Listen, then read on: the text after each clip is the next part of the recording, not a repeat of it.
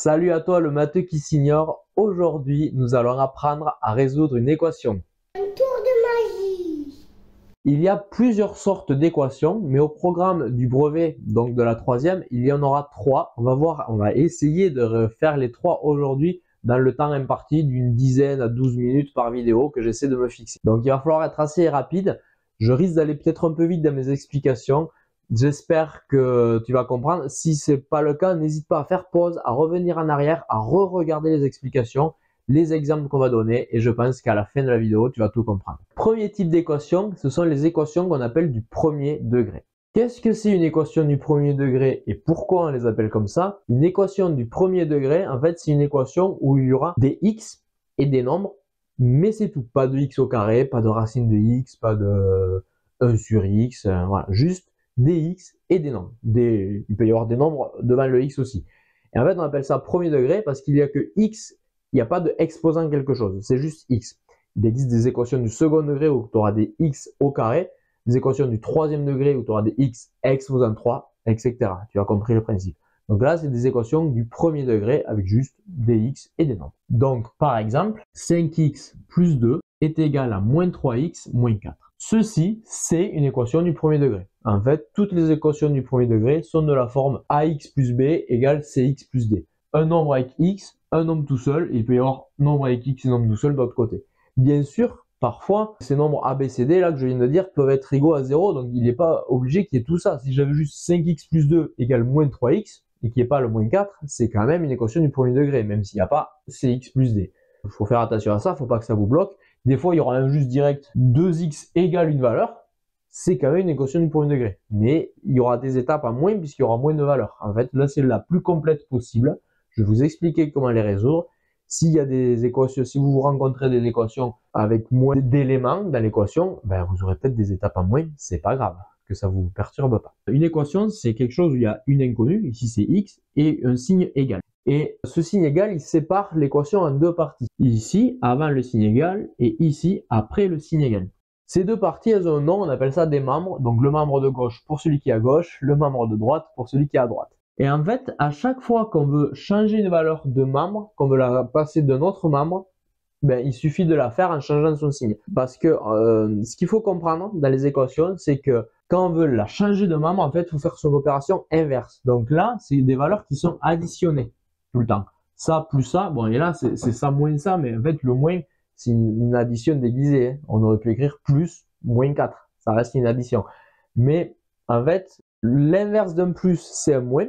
L'inverse d'un moins, c'est un plus. Donc, si on veut les faire passer d'un côté ou de l'autre, il faut faire l'opération inverse pour pouvoir s'en débarrasser. Pourquoi on voudrait s'en débarrasser? Vous allez me dire, parce que pour trouver x, le but d'une équation, c'est de trouver la valeur de l'inconnu, la valeur x, ou les valeurs x. Des fois, il y en a plusieurs. Mais dans les équations du premier degré, il y aura toujours une seule valeur de x qui fait que cette égalité est vraie. Et que ce membre-là, avec la valeur x choisie, il sera bien égal à ce membre-là avec la même valeur x. Donc pour la trouver, cette valeur x, ben, la technique c'est de rassembler tous les nombres où il y a des x. Donc moi ici, comme nombre avec des x, j'ai 5x et moins 3x. Mais pas de bol, ils ne sont pas du même côté, ils ne sont pas dans le même membre. Donc moi j'aimerais les rassembler ensemble parce qu'on peut les calculer ensemble et rassembler les valeurs dans l'autre membre pour les calculer ensemble.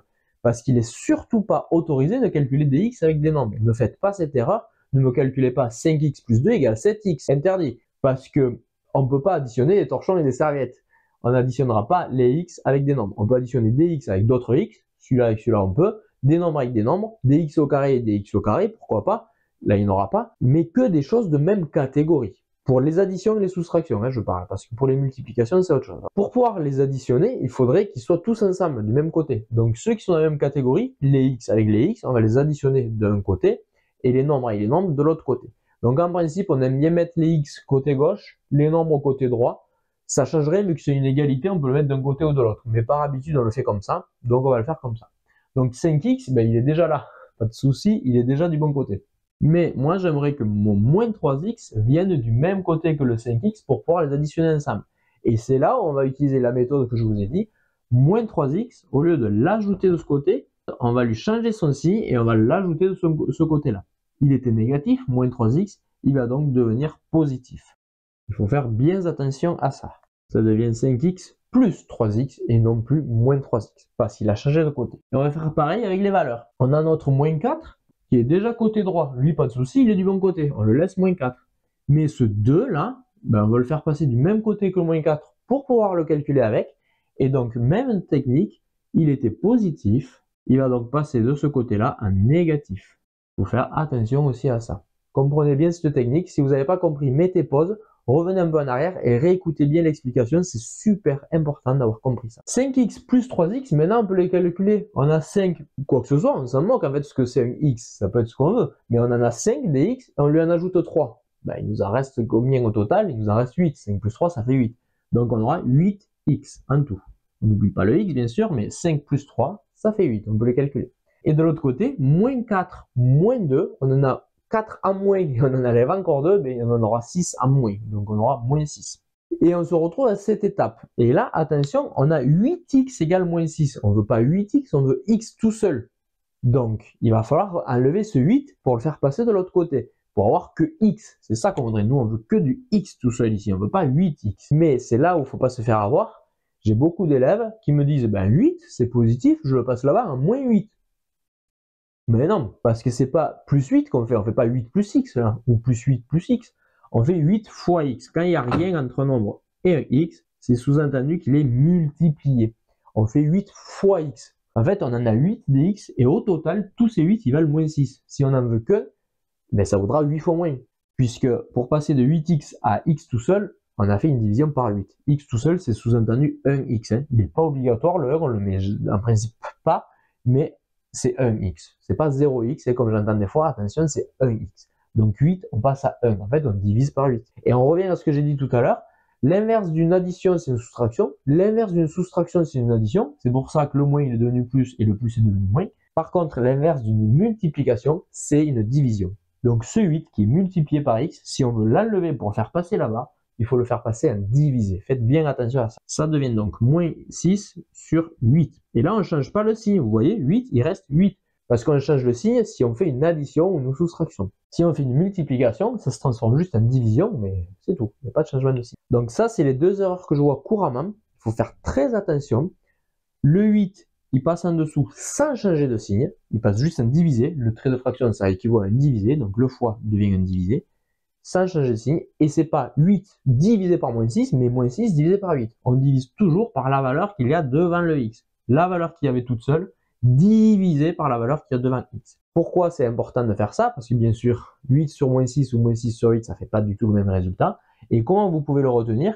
Imaginez que vous avez 8 livres qui valent au total moins 6 euros. Bien sûr, ça ne veut rien dire, hein, puisque ça peut pas valoir une valeur négative. Mais si la totalité de vos livres sont moins 6 au total, la somme totale c'est moins 6, ben, si on veut un seul livre, il en faut 8 fois moins. Donc on prend la somme totale et on la divise par 8, et pas l'inverse. Voilà, le 1 je l'avais mis pour que vous compreniez, mais il ne sert à rien. Notre solution c'est x égale moins 6 sur 8. Moins 6 sur 8, on peut le simplifier, ça sera plus propre quand même. C'est égal, on peut tout diviser par 2, parce que 6 c'est un multiple de 2, 8 c'est un multiple de 2, donc ça fait moins 3 quarts, ou moins 0,75. Mais moi, ma forme préférée, c'est sous forme de fraction, moins 3 quarts. Voilà pour les équations du premier degré. Je n'insiste pas plus sur l'explication, parce qu'il faut enchaîner avec les deux autres types d'équations, mais n'hésite pas à reprendre cette partie de la vidéo si tu n'as pas bien compris. Passons maintenant aux équations produits, on appelle ça. En fait, c'est des équations du second degré, les deux suivantes qu'on va voir, mais un peu cachées, parce que les équations du second degré, en fait, on les apprend qu'en première. Vous voyez que vous avez un peu de temps encore. Mais on commence déjà à les appréhender en troisième sous forme un peu particulière. Et les équations produits sont une forme particulière. Une équation produit, des fois on les appelle aussi équations produits nuls, parce que, ben, comme elle porte bien son nom, ce sont des produits. On va prendre deux choses qu'on multiplie ensemble, un produit c'est une multiplication, et ça va être égal à 0. On sait les résoudre uniquement si c'est égal à 0, sinon on ne sait pas les résoudre à votre niveau. Donc c'est pour ça qu'on appelle ça aussi des équations produits nuls. C'est un produit, c'est quelque chose, multiplié par quelque chose égale 0. C'est tout le temps comme ça. C'est de la forme une parenthèse, souvent, hein, c'est pas forcément en parenthèse d'ailleurs, mais c'est quelque chose qui multiplie. Donc souvent quand on veut mettre plusieurs choses, on les met dans une parenthèse, fois une autre parenthèse égale 0. Par exemple, 2x moins 4 multiplié par x plus 2 égale 0. Donc là, vous normalement savez faire la distributivité. Ce produit, c'est une double distributivité, on pourrait le développer. Mais il faut surtout pas le faire. C'est ça qu'il faut pas faire. Il faut faire attention à ça. C'est tentant de se dire, ben, j'ai tout ça, je développe tout, comme ça je pourrais résoudre comme on a fait tout à l'heure avec les équations du premier degré. Mais non, ça ne marchera pas. Parce que si on développe, on aura ce x qui va se multiplier avec ce x et ça va devenir du x au carré. Et un x au carré dans une équation, on ne sait pas le résoudre en troisième. Donc, on ne le fait pas, on le laisse comme ça, et vous allez voir, c'est ultra simple à résoudre, même plus simple en fait que les équations du premier degré. Puisque la théorie là-dedans, ce qu'il faut retenir, c'est que, je vous l'ai dit, c'est un produit, il y a un fois, même s'il ne se voit pas parce qu'il y a deux parenthèses, donc on n'est pas obligé de mettre le signe fois, mais c'est deux choses qu'on multiplie. Et vous devez le savoir, vu qu'on veut 0 en résultat, c'est pour ça qu'on les fait toujours avec 0. Quand on a quelque chose multiplié par quelque chose et que le résultat vaut 0, c'est que forcément, un des deux produits, une des deux choses qu'on multiplie vaut 0. C'est une obligation. Vous ne pouvez pas arriver à 0 en résultat si vous multipliez deux valeurs différentes de 0, quelles que soient ces valeurs. Pour arriver à 0, c'est que forcément, il y en a un des deux qui vaut 0. 0 fois 5, ça fera 0. 0 fois 3953, ça fait 0. 0 fois pi, ça fait 0. Par contre, pi fois 5, pi fois racine de 2, deux valeurs différentes de 0, en les multipliant, ben, ça fera une valeur, mais ça ne fera pas 0. Pour faire 0, il faut forcément 0 fois quelque chose. Et c'est là où c'est génial, parce que ça veut dire que on ne sait pas lequel des deux vaut 0, ça dépendra de x, mais ça veut dire qu'il y a forcément soit lui qui vaut 0, soit lui. Et en fait, ça donnera deux solutions possibles. Dans cette équation, contrairement aux équations du premier degré, il n'y a pas une, mais deux solutions. Sauf si des fois les deux équations reviennent au même et en fait on trouve deux fois la même solution. Dans ces cas-là, il n'y en a qu'une. Mais en tout cas, il peut y avoir jusqu'à deux solutions, puisque chacun, s'il fait 0, la valeur de x qui fait que 2x moins 4 vaut 0, c'est une solution, parce qu'on aura 0 fois quoi que ce soit, ça fait toujours 0. Mais la valeur de x qui fait que x plus 2 égale 0, c'est aussi une solution, parce que 0 fois quelque chose ici qu'on ne sait pas ce que c'est, ben ça fera quand même 0 dans tous les cas. Donc pour le résoudre, c'est très simple, on va les prendre séparément, les deux morceaux, et on va dire, ben on cherche quand est-ce qu'il valent 0. Et la valeur de x qui fait que ça vaut 0, c'est une solution.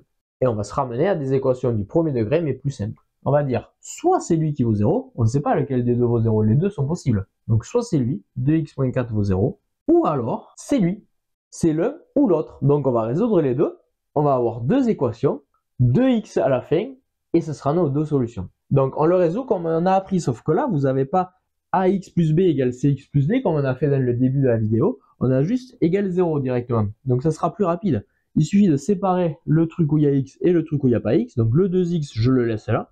Le moins 4, je vais le passer de l'autre côté parce qu'il n'y a pas x, donc je ne peux pas l'additionner avec x. Donc je le fais passer en utilisant la règle, le moins, il passe de l'autre côté, il devient plus. Et ensuite, on a 2 fois x égale 4. On voudrait x tout seul, donc on va diviser par 2. Rappelez-vous la technique. X, ça va devenir le plus 4 qu'on avait là. Mais le plus 4, on peut écrire 4 tout court, divisé par la valeur qu'on avait devant x par 2. Et 4 divisé par 2, normalement on le sait, ça fait 2 tout court. Ça veut dire que x égale 2 est une première solution. Mais on a une deuxième solution possible ici. Là, ça sera encore plus rapide parce qu'il y a déjà x tout court ici. En fait. Donc il y a juste à enlever le plus 2, paf, on le fait passer de l'autre côté, et on a trouvé la solution en fait, puisqu'il n'y a rien à diviser, puisqu'on est déjà x tout court, c'est ce qu'on veut. On veut x égale à la fin. Donc x, ben, même technique, le plus 2, il passe de l'autre côté, il change de signe, il devient donc moins. Et on a déjà notre deuxième solution, x égale moins 2. Cette équation a deux solutions qui sont x égale 2, x égale moins 2. Des fois on le note comme ça, s égale, et on met entre accolades les deux solutions dans l'ordre croissant. Moins 2, 2. Voilà, notre équation produit est résolue. Le dernier type d'équation, c'est les équations de la forme x au carré égale une valeur. X au carré égale a égale ce qu'on veut. Ça, c'est également des équations du second degré. On le voit plus facilement, vous voyez qu'il y a x au carré. X au carré, je vous avais annoncé, s'il y a carré, c'est que c'est second degré. Mais c'est pas grave, parce qu'il y a juste x au carré égale une valeur, ou des fois ça peut être un peu triché, ça peut être x au carré moins une valeur égale 0, et donc on le fait passer de l'autre côté, et ça fait une valeur. Ou alors x au carré moins quelque chose ou plus quelque chose égale une autre valeur, mais on va les additionner, et en tout cas à la fin on va arriver à x au carré égale une valeur. En tout cas, c'est des équations qui peuvent se ramener à x au carré égale quelque chose. Et ça va vous rappeler le théorème de Pythagore de la classe de 4e, parce qu'on arrivera à x au carré égale quelque chose, ben en fait, on ne veut pas x au carré, on veut x. Il faudra faire l'inverse du carré. Et l'inverse du carré, normalement, vous devez vous en rappeler. Je ne vous le dis pas pour l'instant, on va faire un exemple. D'ici là, réfléchissez, qu'est-ce qu'on fait pour enlever un carré? Donnez-moi la réponse en commentaire, et je vous dis tout à l'heure si vous avez raison ou pas.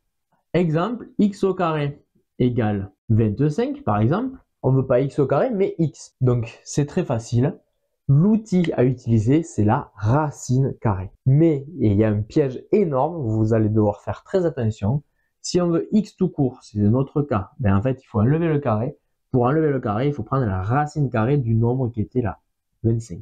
On le faisait avec Pythagore, hein. Rappelez-vous, AB au carré plus BC au carré égale CA au carré. Paf, paf, on calcule, BC au carré, CA au carré, on les additionne, on arrive à CA au carré égale 36 par exemple. Si on veut CA tout court, on prenait la racine carrée de 36. C'est ce que j'ai fait. Mais dans le théorème de Pythagore, on s'arrêtait là parce qu'un côté, c'est une longueur qui est forcément positive. Et ce qu'il faut faire attention, mais vraiment très attention, j'insiste, c'est qu'il y a deux solutions et pas une seule. Il n'y a pas que celle-là. Parce que racine de carré de 25, ça fait 5. Ça veut dire x au carré égale 5. Et oui, ça marche bien parce que si on refait l'inverse, on fait 5 au carré, 5 fois 5, ça fait bien 25. L'inverse du carré, c'est bien la racine carrée. Donc si on reprend le carré du résultat, on retombe sur 25. Mais si on prend moins 5 au carré, moins 5 fois moins 5, attention, ne me tapez pas moins 5 carré sur la calculatrice parce qu'elle ne va pas prendre le moins dans le carré. Mais si on tape moins 5 entre parenthèses le tout au carré, ben ça fait 25 aussi parce que moins fois moins, ça devient positif. Donc là, il y a une deuxième solution qu'il ne faut surtout pas oublier, c'est la solution avec le moins. Moins racine carrée de 25. La même chose, mais avec un moins devant. Et ça, c'est ultra important.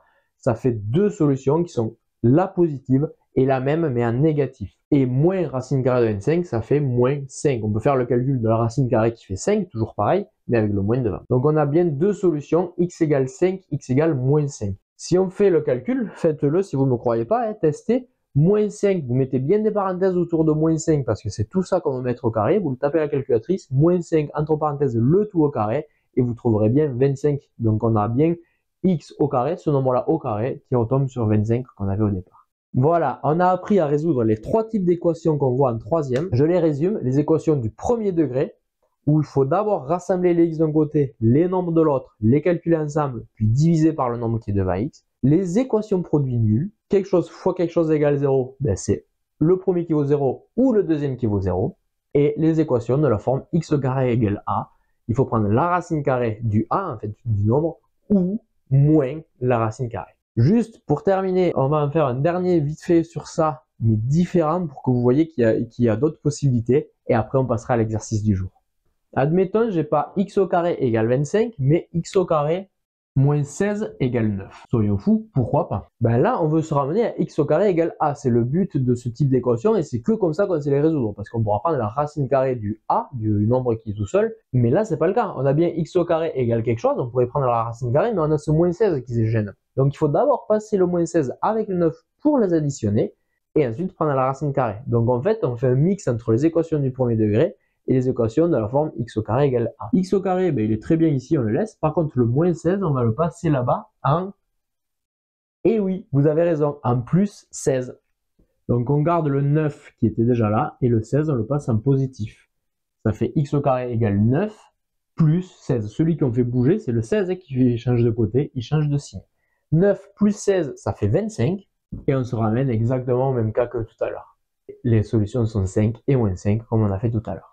Voilà, vous savez tout sur les équations, vous êtes au point, bravo. Grâce à ça, vous allez cartonner au brevet. Maintenant, le petit exercice du jour, résoudre l'équation x plus 3 fois x au carré est égal à 0. Oui, je sais, on n'a pas vu ce cas, mais vous savez le faire grâce à la vidéo. Réfléchissez bien. Le but, c'est que vous creusiez un peu les méninges pour que ce soit un peu compliqué. Mais avec les outils qu'on vient de voir dans cette vidéo, vous pouvez le faire. Allez, je te dis à demain 11 h pour la prochaine vidéo. Ciao!